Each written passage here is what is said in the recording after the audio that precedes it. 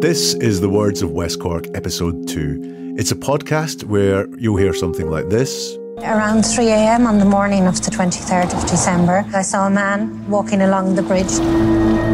He appeared to be in a drunken state and waving his arms around. And we'll analyse those words and work out whether we're hearing the truth or whether we're hearing lies. And what we're looking at is the events surrounding the murder of Sophie Toscan du Plantier. She was murdered in 1996 in West Cork, Ireland. And the words that we'll be looking at are the words from the people at the centre of the investigation. It's by and large an unsolved crime. There's a prime suspect, a man called Ian Bailey, and he's been found guilty in a French court. But there's so much up for discussion and debate around the murder of Sophie. If you don't know the story, I'd recommend the podcast West Cork. It's fascinating and full of interviews with relevant and interesting people. There's also a couple of documentaries. There's one on Netflix called Sophie Murder in West Cork. Sky have one on their crime channel called Murder at the Cottage. And if you haven't listened to episode 1 of this podcast series yet, I suggest you go back and you start there, because in that, I'll share the way that I'm going to look at the words, the principles I use when I'm analysing them, and also we analyse the words of the prime suspect, Ian Bailey. Now, this podcast looks only at the words, just the words. We don't look at facts, theories, body language, evidence or lack of it. We're only going to look at the words. And we'll look at the words to see if we can get to the truth contained in them, what is really being said and what isn't being said. Where are the lies and where are people being truthful? You can see the words that we analyse in each episode online at wordsofwestcork.com. And I'd suggest that's a really useful thing. If you're not driving, looking at the words as we go through them, you'll be able to see where the areas that I'm highlighting are. Also on wordsofwestcork.com, you can get in touch and you can comment, you can ask questions or make suggestions. And in the last episode of this series, I hope to bring some of those to the podcast. Now, across the series, as I've said, we're looking at the words from people close to the investigation. And today we're going to look at someone called Marie Farrell. Now, she's a fascinating woman. At different points in the 20 plus years since the murder was committed, she has claimed to be a witness and to know lots of things and have seen lots of things. And then at other times, she says, no, I saw very little. And what I said before was lies. One thing's for sure, she has told lies because her story has changed 100%. But when is she being truthful? What time was she being truthful? When was she lying? Let's listen to her words and see if we can find out. Now, as this is all about words, and before we listen to Marie Farrell's words, I want to talk about a couple of points. Number one is that when we hear the truth, when someone's being truthful with us, it tends to be straight and direct. There's nothing flowery in there. There's no attempt to convince us what's happening. It's very straight, direct. There's very little added in, no needless words. And the words are so straight and vivid when we hear the truth. It's normally really easy to build a picture in your head of what is happening. So when you hear Marie Farrell talk, try and picture what it is that she's talking about. The other thing is, at times I'm going to sound like I'm being very pedantic and picking on certain words. And that's because I am, because to analyse words, I'm going to look at each word that is picked and ask why that word has been chosen, because it will have been chosen for a reason. Now, people can slip up, they can misspeak sometimes, but if we repeatedly notice certain words being used or certain concepts being used, then we can dig into them a little bit more and ask why we're seeing them repeatedly. Back to Marie Farrell. I've seen her described as the most believable person when she talks, and also seen her described as the least believable person involved in this case. Which one is it? I think we're about to find out. Marie's story was that on the night of the murder, she was driving her car and she saw someone near the murder scene that she identified as Ian Bailey, the prime suspect. She then said that she'd seen someone follow Sophie around town as well, and that person too was Ian Bailey. And she said Ian Bailey threatened her and was trying to intimidate her to get her to drop these allegations. If you talk to her now, she says nothing involving Ian Bailey happened. She did see someone near the murder scene on the night of the murder, but it wasn't Ian. And she says he didn't threaten her. She does say the police got her to say it was Ian Bailey she saw because the police had leverage on her.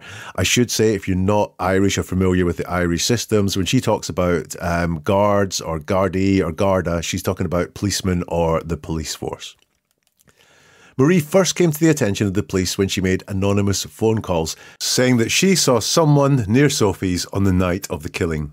And the police traced one of those calls, which was from someone who was calling themselves Fiona, and they found that Fiona was actually Marie.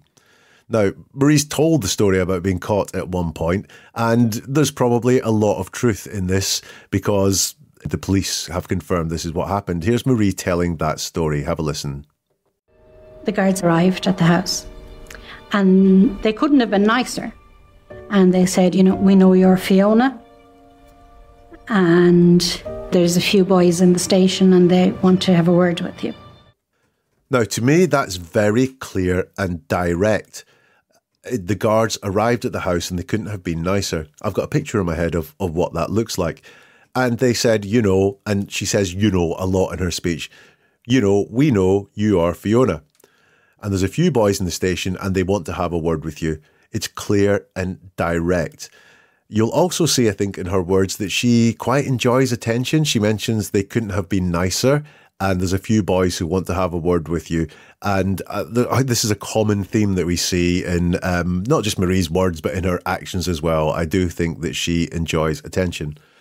Also, sometimes what is interesting is what is not said. And you see there is no remorse or regret at being caught, of being being outed as the anonymous person. She doesn't express that at all. The guards arrived at the house, and they couldn't have been nicer. And they said, you know, we know you're Fiona, and there's a few boys in the station and they want to have a word with you. So Marie, whatever the story goes, but I suppose the reality as it was known at the time, told the police that she saw Ian Bailey on the bridge, or as Fiona would tell the story now, she said she saw someone on the bridge. The police said, that was Ian Bailey you saw. And so she then went on TV to say that she saw Ian Bailey on the bridge near Sophie's house on the night of the murder. And this is one of those TV appearances. Around 3 a.m. on the morning of the 23rd of December, I saw a man walking along the bridge. He appeared to be in a drunken state and waving his arms around. When I pointed the man out to the Gardaí, they told me that his name was Ian Bailey. So I've got something straight away that I noticed in that is that she says, around 3 a.m. on the morning of the 23rd of December, I saw a man walking along the bridge. And that feels almost like a formal police statement. Now, that might be all right because this would have been just after she gave a formal police statement saying this, so she's mirroring that language. But I'm going to come back to that in a minute. She then says, I saw a man walking along the bridge. She doesn't say she saw Ian Bailey walking along the bridge. She just says, a man. I saw a man walking along the bridge. The next thing she says is he appeared to be in a drunken state and he's waving his arms around. Again, she doesn't say Ian Bailey was doing this or Ian was doing this. Just he appeared to be in a drunken state and he's waving his arms around. Now, that's very interesting that she doesn't say this was Ian Bailey. She then says, when I pointed the man out to the Gardaí, they told me his name was Ian Bailey. Now, I think there's an edit that's happened here in the audio from the interview this was taken, because Marie went to the guards, told her story. They said, was it this man? And Marie's story is different at different times, but at this point, she apparently said yes, and they said, well, that is Ian Bailey. So that's why that works. It doesn't sound logically very good. When I pointed the man out to the Gardaí, they told me his name was Ian Bailey, but that's how that works. But Marie does not once, when she's talking, say, I saw Ian Bailey on the bridge. Not once does she say that. And, well, actually, if you listen to it, and we'll play it again at the end, this could be Marie Farrell telling her story now, because it's a man walking along the bridge. If you ask her today, she'll say that's the story. I saw a man I don't recognise, I've never seen before in my life, walking along the bridge. Really interesting that when she was telling the story and she's trying to say this was Ian Bailey, she can't actually say those words. So already I'm starting to think that her story now is more truthful than her story then, that she didn't see Ian Bailey on the bridge. Why? Because she doesn't say that. I'm also interested in the description of the man. She said, he appeared to be in a drunken state and he's waving his arms around. Well, that doesn't say drunken to me. We know more that people are drunk from how they walk, if they're a bit stumbly or staggering. Waving your arms around, I don't think immediately is something that would make you think that person's drunk. In fact, if you're driving your car, I think you'd think more likely that that person wants you to stop your car to pull over. But no, she seems to say that's what makes her think that this person was in a drunken state. Also, though, notice the order that she talks about the actions of this man. So the man was walking along the bridge.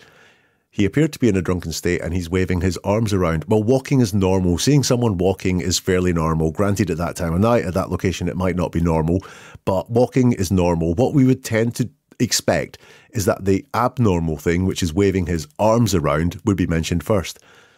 You know, why say the normal thing first? We would say the thing that is unusual. I believe this more. This happened if she said, I saw a man waving his arms around walking along the bridge. But she doesn't say that. So I'm not entirely convinced by this sighting, but definitely not convinced at all that this was Ian Bailey in any way. Around 3 a.m. on the morning of the 23rd of December, I saw a man walking along the bridge. He appeared to be in a drunken state and waving his arms around. When I pointed the man out to the Gardaí, they told me that his name was Ian Bailey. This is Marie talking on the same day. So this is shortly after the time of the murder and after she's announced that she saw Ian Bailey. You're 100% sure it was Ian Bailey on the bridge? 110%. And Ian Bailey confirmed that to me when he came into my shop because he said, I know you saw me on the bridge. So she's asked, you're 100% sure it was Ian Bailey on the bridge? And she says 110%. That's called over-egging the pudding. She could have just said, yes, I'm 100% sure, which means I'm totally sure. She could have said, yes, I'm totally sure, or even just something really simple like, yes, I'm sure. But she had to go up to something higher. She had to say, I'm 110% sure.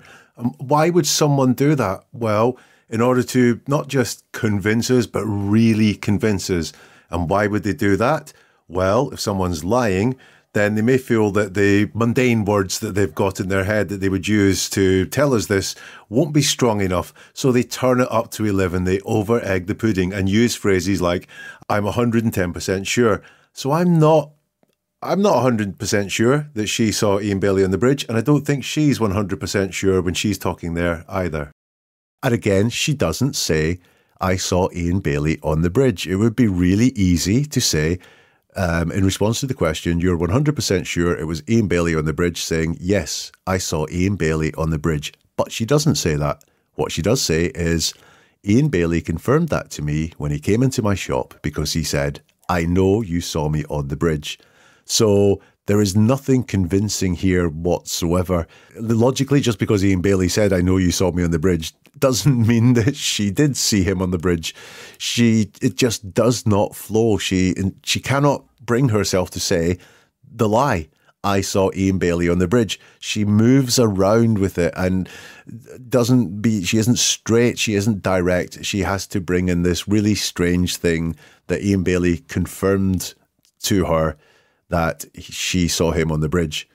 So 2 sets of words in, and I am starting to get fairly convinced that Marie Farrell did not see Ian Bailey on the bridge. You're 100% sure it was Ian Bailey on the bridge? 110%. And Ian Bailey confirmed that to me when he came into my shop because he said, I know you saw me on the bridge. And here's Marie talking about the same incident again. You actually saw Ian Bailey a mile from Sophie's home the night she was murdered? I did, yes. And what exactly did you see? I was driving home after being out for the evening, and I just picked up this man in the headlights of my car, staggering along the road. Mm-hmm. He just appeared to be drunk. He was staggering and sort of waving his hands around. For the first time, we do get some confirmation from her. She's asked, you actually saw Ian Bailey a mile from Sophie's home the night she was murdered. And Marie says, I did, yes. That's the strongest indication yet that she said, I saw Ian on the bridge. Although she just says, I did, yes. She doesn't, again, say the words out loud. She has a problem saying these words out loud at this time. I saw Ian Bailey on the bridge. She's then asked, and what exactly did you see? And she doesn't answer with what exactly she saw. She answers with what she was doing. Now, the further away an answer is from the question that was asked, the more deception is possible to be going on. So in this case, instead of saying what she sees or what she saw, she says what she was doing. So the question is, and what exactly did you see? And she says, I was driving home. I'd been out for the evening and then she moves on to what she saw. There's a couple of reasons why she could be doing this. She could be playing for time because she knows she's going to tell a lie or say something that's a bit stressful. So she's doing the easy thing first and she's building up to it by talking about what she was doing. Or it could be that she's trying to set a scene because she thinks that if she sets the scene, the more information she gives, the bigger a picture she paints, the more believable her story will be. Whichever one of those possibilities are there, they're both indications that some deception is going to happen. As when she's asked what it is she saw, there's a lot of and there. So what did you see? I was driving home. I'd been out for the evening and I just picked up this man in the headlights of my car. Now, we'll see again that Ian Bailey doesn't get mentioned. I just picked up this man in the headlights of my car. So she doesn't say it was Ian Bailey. Next thing she says is staggering along the road. Now, in her previous words that we heard, the person was walking along the road. Now they're staggering along the road. So the story is changed slightly here from walking to staggering. At least staggering would explain why she thought this person was drunk. After saying staggering along the road, she then says he just appeared to be drunk. He was staggering and sort of waving his hands around. This is quite a weak description. The word just comes in here. Just appears in deceptive statements quite a lot. When you hear the word just, there's a high probability there's some deception happening around it. So she weakens it by saying just. Instead of saying he appeared to be drunk, she says he just appeared to be drunk and he was staggering and sort of waving his hands around. Not waving his hands around, but sort of waving his hands around. So a very weak description. I'm not convinced this happened because the description is so weak. And also, if you look, so we had walking has changed to staggering in this version of the story, and he was waving his hands around. Previously, when we heard this story, the man was waving his arms around. So some facts have changed here in the story. That's not congruent. So I think, again, there's more indications that some sort of deception could be happening. So that's Marie Farrell talking about the bridge incident. And from all those words, I don't believe that she saw Ian Bailey on the bridge. Certainly, she may have seen someone on the bridge, but in terms of the description, it's so changeable and there's a lot not to believe in it. I'm not sure that she saw anyone near Sophie's house on the night of the murder. You actually saw Ian Bailey a mile from Sophie's home the night she was murdered? I did, yes. And what exactly did you see?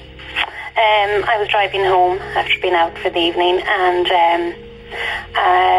I just picked up this man in the headlights of my car staggering along the road. He just appeared to be drunk. He was staggering and sort of waving his hands around. So I'm leaning towards the fact she did not see Ian Bailey on the bridge. So I think that part of her story now is more truthful, that she did not see Ian Bailey on the bridge. She also alleged that Ian Bailey was threatening her. So let's listen to her talking about that. He arrived in the shop and he said that he knew I had seen him on the bridge and that he wanted me to tell his solicitor that a Gardaí had made me make up the story about him. And if I did that, he would leave me alone. And when I had no intentions of doing that, he made my life hell. And at one stage I thought, he is so big, he could kill me here in 2 minutes and nobody would know. He would make cutthroat gestures like this if he met me on the street, or he would do this. That type of intimidation went on for months and months. I find most of the words in that really strange. It's not, again, I was speaking about things being straightforward and with nothing unnecessary in there would be an indicator that truth is being told. And there's a lot in here that feels very much like constructed storytelling. He arrived in the shop Again, straight away, he arrived in the shop, just feels like storytelling. It feels like something you would read in a book rather than how you would relate a remembered experience. He said that he knew I had seen him on the bridge and he wanted me to tell his solicitor that a Gardaí had made me make up the story about him. If I did that, he would leave me alone. And while I had no intention of doing that, he made my life hell. Now that he made my life hell, that's quite straightforward. That's quite direct. But then at one stage I thought, he's so big he could kill me. Not just I worried that he could kill me. I just thought, he's so big he could kill me here in 2 minutes and nobody would know. And if you really feel your life is under threat, that's your worry. Your life is under threat, not how quickly they could do it or not how many people would know about it. So she's bringing in stuff that doesn't convince me she's telling the truth here, that she's relating truthful experience. She then says he would make cutthroat gestures like this if he met me on the street, or he would do this. That type of intimidation went on for months and months. Not the intimidation went on for months and months, just that type of intimidation went on for months and months. Also, intimidation is a very personal action, and she says that type of intimidation went on for months and months. There's no mention of who was doing the intimidation and no mention of who was being intimidated. I'd have preferred here to hear he kept intimidating me for months and months. So I'm not believing a lot of that. I'm certainly not finding a lot in there to make me feel like she is telling the truth. Also, this makes it feel like they would bump into each other very regularly on the streets. Now, I get if Ian Bailey was going out of his way to intimidate her, he could make that happen. But remember, she said before she had no idea who Ian Bailey was. She certainly didn't know his name, that Ian Bailey had to be pointed out to her. But here, she makes it sound like they bump into each other all the time. So again, there's just parts of Marie's words that don't add up. He arrived in the shop and he said that he knew I had seen him on the bridge and that he wanted me to tell his solicitor that a Gardaí had made me make up the story about him. And if I did that, he would leave me alone. And when I had no intentions of doing that, he made my life hell. And at one stage I thought, he is so big, he could kill me here in 2 minutes and nobody would know. He would make cutthroat gestures like this if he met me on the street, or he would do this. That type of intimidation went on for months and months. I'm going to play you some more words from Marie talking about being threatened by Ian Bailey. And this is one of the ones I really want you to try and picture in your head how the events were happening as she describes them. Maybe 3 weeks ago, Ian Bailey started parking outside my house. Well, I saw him there one day, about 7:30 in the morning. A few days before that, he stopped me on the road and he told me that he was representing himself at his next case. His exact words were, the next time I will represent myself and then I will cross-examine you. And he laughed and drove away. And I mean, was it that you felt you're afraid as a result of this? Yeah, I do. I feel very afraid. Could you picture that in your head? I had trouble because there is not a linear style of relating the events there at all. She starts off with maybe 3 weeks ago, so we go back 3 weeks. Ian Bailey started parking outside my house when I saw him there one day, about 7 in the morning. What exactly is she describing there? Because it doesn't make a lot of sense. Ian Bailey started parking outside my house when I saw him there one day, about 7 o'clock in the morning. I would expect if someone's truthfully telling this story, it would be much more straightforward than that. Maybe something like, about 3 weeks ago, Ian Bailey started parking outside my house. I saw him there one day around 7 in the morning, and he'd been there many times since. Words to that effect. These ones, she's having a hard time saying what it is that I believe she's probably made up in her head. So then she goes back to a few days before that. So she's going backwards in time, not forwards in time, which is what we expect when someone's relating some events. He stopped me on the road and he told me he was representing himself at this next case. His exact words, the next time I will represent myself and then I will cross-examine you, and he laughed and drove away. Now, I told you to get that picture going in your head. When she said that he stopped me on the road, I thought they'd bumped into each other in the street. But then the next thing, I have to put Ian Bailey in a car in my mental picture because he's driving away. So these words, they're not very fluid. They jump around in time when we'd be expecting chronological order. She starts off some thoughts and she doesn't finish them off. I'm not buying that this happened. It doesn't convince me that this happened. Maybe 3 weeks ago, Ian Bailey started parking outside my house. Well, I saw him there one day, about 7:30 in the morning. A few days before that, he stopped me on the road and he told me that he was representing himself at his next case. His exact words were, the next time I will represent myself and then I will cross-examine you. And he laughed and drove away. And I mean, was it that you felt you're afraid as a result of this? Yeah, I do. I feel very afraid. Marie Farrell is fascinating. Her story starts to unravel. She tells different levels of the truth over the 20 years. And Marie now claims that she was lying about seeing Ian Bailey on the bridge, that she was lying about seeing Ian Bailey threatening her in the store. She was lying about quite a lot. And she says the reason she was lying was the police, the guards, they had something on her. That the night that Sophie was murdered, and Marie says she saw someone on the bridge, she was with a man who was not her husband. She'll tell this story. I had met a friend. Yeah. I wasn't having an affair. It has been said I was. I definitely wasn't. But my husband didn't know who I had gone to meet that night for a drink. And that was just the start of a nightmare. Was she having an affair? I mean, there is something that we call personal definitions. So we've all got a personal definition of what we think an affair is. And it may be that Marie thinks that having an affair is seeing someone behind your husband's back on a regular basis for a long period of time. That maybe is what she classes as an affair. Therefore, if Marie wasn't doing exactly that, her definition of an affair, she can truthfully say, I wasn't having an affair. What's certain is that Marie was seeing someone behind her husband's back.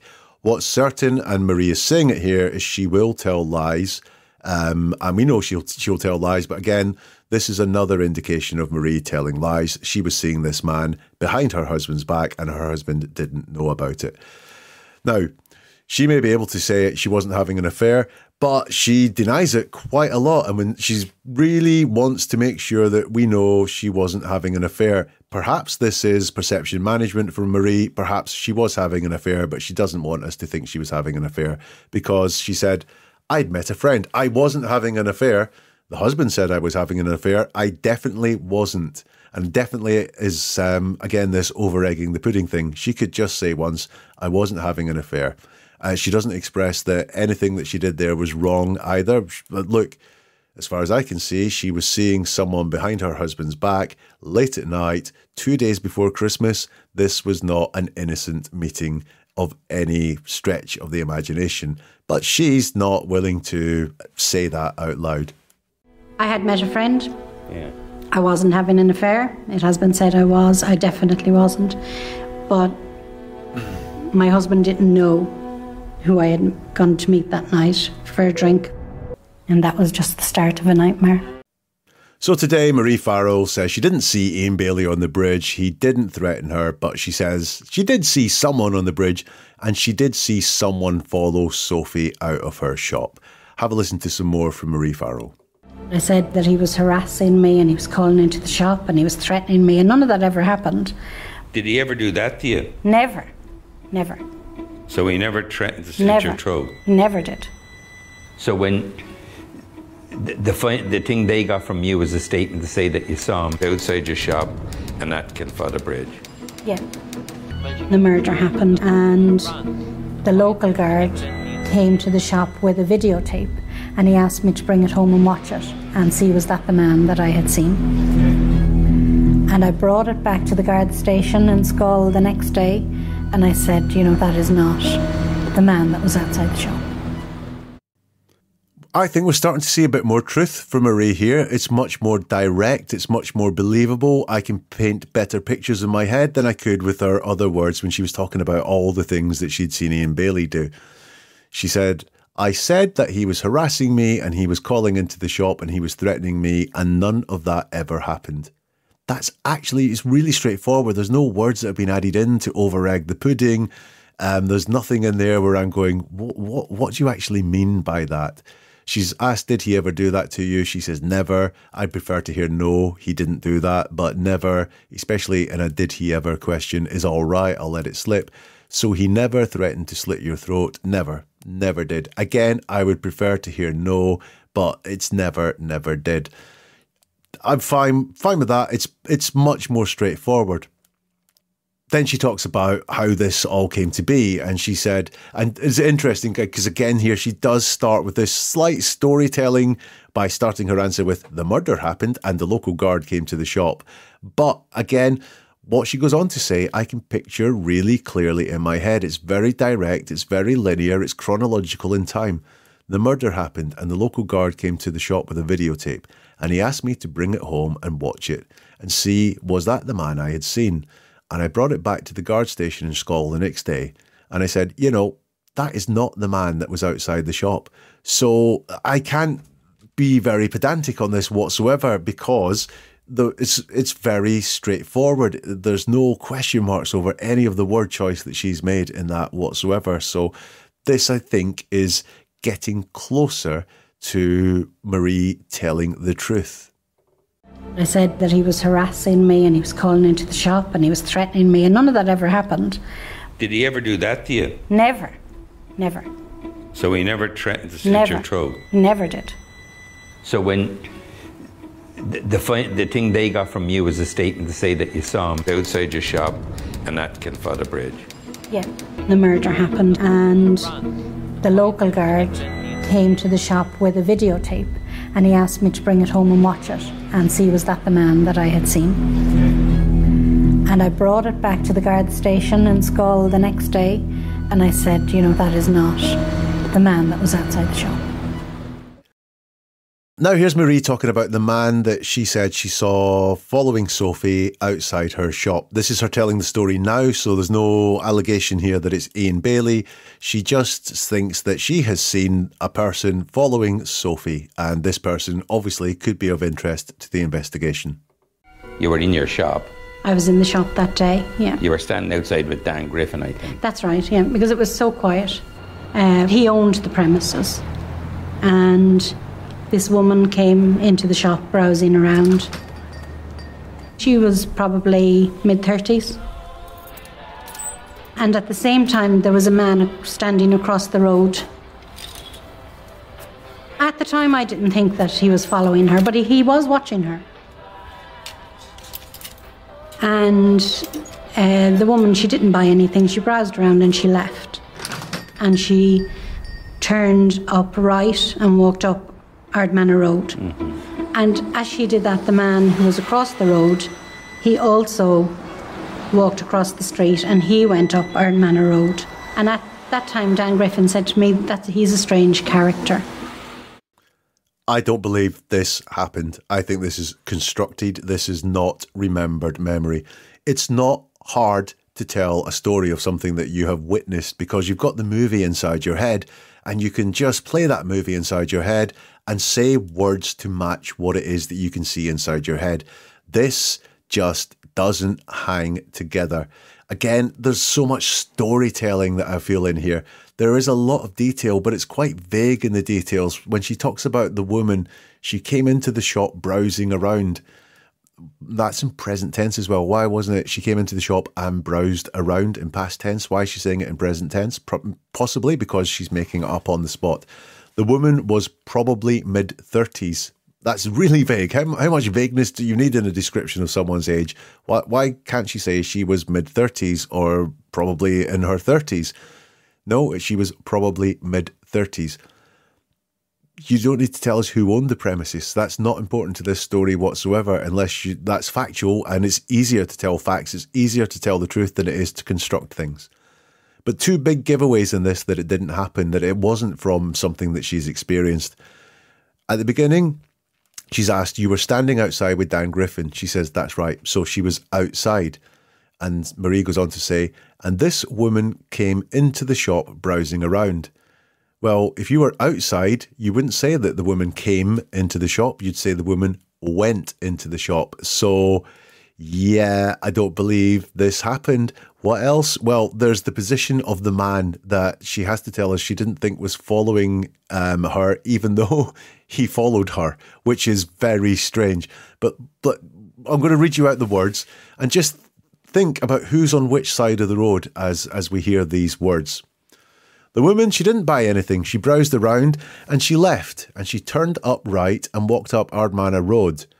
As she did that, the man who was across the road, he also walked across the street and he went up Ardmanna Road.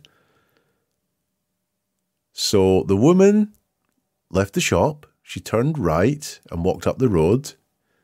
As she did that, the man who was across the road, he also walked across the street. Well, who else walked across the street? She hasn't said anyone, especially the woman, walked across the street. But he also walked across the street and went up Ardmanna Road. It doesn't hang together logically. It's very hard to get a picture in your head of what happened because someone also walked across the street, but only one person walked across the street, so someone can't also do it. So this doesn't make sense. I don't think it happened. Another reason, she finishes by saying, at the time, Dan Griffin said to me that he's a strange character. Not he's following her, just he's a strange character. I don't think that happened. I think there's too much in that story that makes it feel like she's telling a story that she's made up and not something that's a remembered experience. You were in your shop. I was in the shop that day, yeah. You were standing outside with Dan Griffin, I think. That's right, yeah, because it was so quiet. He owned the premises, and this woman came into the shop browsing around. She was probably mid-30s. And at the same time, there was a man standing across the road. At the time, I didn't think that he was following her, but he was watching her. And the woman, she didn't buy anything. She browsed around and she left. And she turned up right and walked up Ardmanna Road. Mm-hmm. And as she did that, the man who was across the road, he also walked across the street and he went up Ardmanna Road. And at that time, Dan Griffin said to me that he's a strange character. Here's more from Marie Farrell talking about what the truth is and why she was telling the truth. The inference is that you changed your opinion because you'd go to a case against the state, Bailey would be paid a load of money and you'd get half it. I don't know where that came from. There was nothing for me to gain by changing my statements or my story. The only thing was I thought it was time to tell the truth and stand up to the guards. Got a phone call from the Garda inspector and he told me that Sophie's parents were going to take a civil action against Ian Bailey. And there would be another court case and I'd have to go to court again. And I told him that I would never, ever again go to court for the guards and tell lies. I did benefit from, doing whatever the guards wanted me to do. Did you think Bailey did it? They told me he did it. And at the time I did believe them, but then I started thinking, if he did do it, why do they need to manufacture all of this stuff around him? And just when she's talking about the truth, I start seeing more things that I don't like. She's asked, the inference is that you changed your opinion because you'd go through a case against the state. Bailey would be paid a load of money for it and you'd get half of it. And Marie's response is, I don't know where that came from. Now, that's not denying it. That's just saying she doesn't know where that came from. She could be talking about something that does exist or did happen or something that didn't happen by saying, I don't know where that came from. I'd be much more convinced that she wasn't due to get half of Ian Bailey's money if she said, no, that's not the case. But she doesn't say that. She doesn't. And then she says there was nothing for me to gain by changing my statements or my story. Well, financially, maybe not, but there is things for you to gain. And she said, the only thing I thought was it was time to tell the truth and stand up to the guards. There's just no outright denials there of that allegation that she stood to make some money, if possible, by changing her stories. I wasn't there. I don't know what happened, but she does not deny it outright. Not knowing where something came from is not the same as not doing it. At the very end there, she was asked, did you think Bailey did it? And this is a yes or no question. Yes, I do think he did it, or no, I didn't think he did it. And she doesn't say yes or no. She says, they told me he did it. And at the time, I did believe them, but I started thinking, if he did do it, why do they need to manufacture all this stuff around him? And that interests me. All of this stuff around him. She only has said that she was asked to make up a couple of things and identify him at a couple of points. So all of this stuff, does she know more things that the guards made up around Ian Bailey, or does she suspect the guards made up more things around Ian Bailey? I think something leaks out in her language at the end there. The inference is that you change your opinion because you'd go to a case against the state, Bailey would be paid a load of money and you'd get half it. I don't know where that came from. There was nothing for me to gain by changing my statements or my story. The only thing was I thought it was time to tell the truth and stand up to the guards. Got a phone call from the Garda inspector and he told me that Sophie's parents were going to take a civil action against Ian Bailey. And there would be another court case and I'd have to go to court again.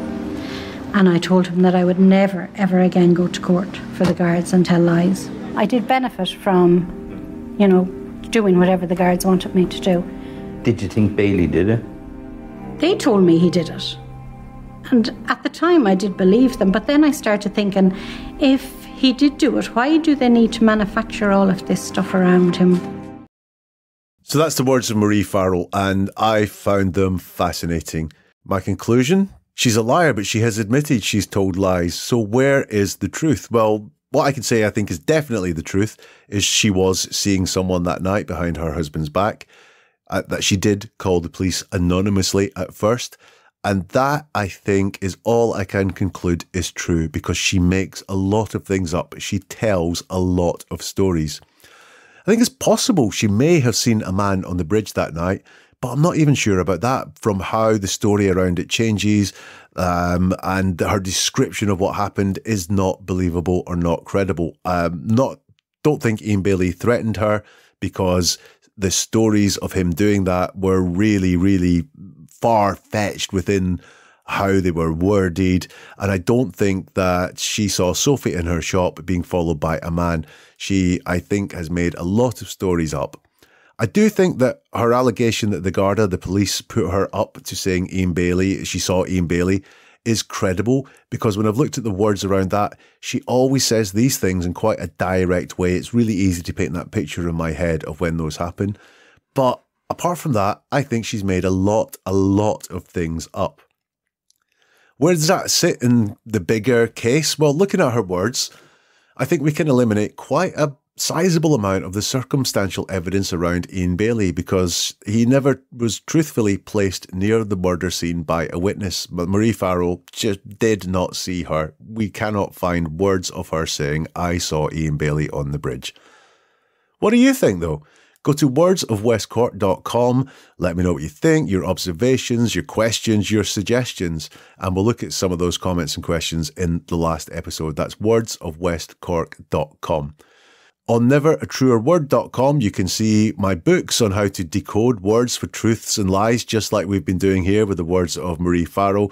Also, I post regularly on true crimes, both past and present, and also people that are in the news and try and work out whether they are being truthful or whether they are lying. It's neveratruerword.com. Next time, we're going to listen to more witnesses in the case, people who have tales to tell about Ian Bailey, some of them quite wild, and some of them, on the face of it, quite damning in terms of was he involved in Sophie's murder. That's next time on Words of West Cork.